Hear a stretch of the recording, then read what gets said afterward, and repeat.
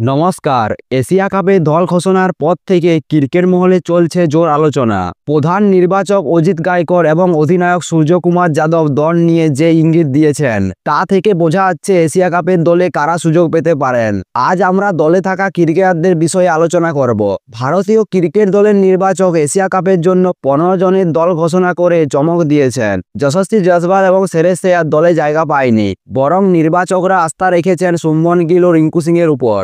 দলকে নেতৃত্ব দেবেন সূর্যকুমার যাদব। কিন্তু প্রশ্ন হলো, এই 15 জনের মধ্যে থেকে কারা হবে সেই 11 জন যারা মাঠে নামবে? প্রধান নির্বাচক অজিত গায়কর এবং অধিনায়ক সূর্যকুমার যাদবের কোথা থেকে অনেক ইঙ্গিত পাওয়া গেছে। শুভমন গিলকে শুধু দলে ফেরানোই হয়নি, তাকে সহ অধিনায়ক করা হয়েছে।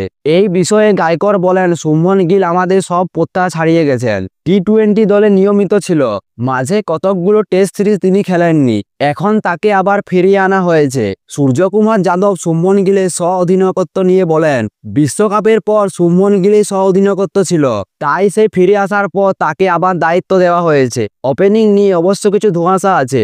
গায়কর জানান, ওপেনিং হিসেবে সঞ্জু স্যামসন ও শুভমন গিলের মতো বিকল্প তাদের হাতে আছে। প্রতিপক্ষের পরিস্থিতি বুঝে কে ওপেন করবে তা ঠিক করা হবে, তবে এই বিষয়ে পরিষ্কার অভিষেক শর্মা ওপেনিং থাকবেন।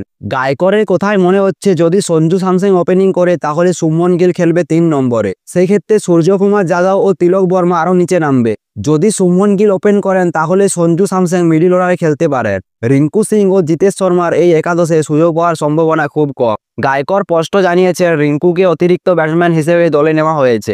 যদি কোনো খেলোয়াড় চোট পান বা দরকার হয় তবে তাকে খেলানো হবে। ফলে কলকাতা নাইট রাইডারে এই ক্রিকেটারকে ড্রেসিং রুমে বসেই সময় কাটাতে হবে। অলরাউন্ডার হিসেবে হার্দিক পান্ডিয়া এবং শিবম দুবেকে রাখা হয়েছে, তারা পেস বোলও করতে পারে। অন্যদিকে একজন স্পিন অলরাউন্ডার হিসেবে দলে আছেন অক্ষর প্যাটেল। এই 3 জন প্রথম একাদশে থাকার সম্ভাবনা খুব বেশি। বোলিং লাইনে স্পিনার হিসেবে রয়েছেন বরুণ চক্রবর্তী এবং পেসার হিসেবে জসপ্রীত বুমরা ও আর্শদীপ সিং এর খেলার সম্ভাবনা খুব বেশি। তাহলে বন্ধুরা, আপনারা বুঝতে পারলেন তো এশিয়া কাপের প্লেইং 11 কেমন হতে চলেছে। তাহলে বন্ধুরা, এটাই ছিল আজকের আমাদের ভিডিও। দেখা হচ্ছে পরের ভিডিওতে।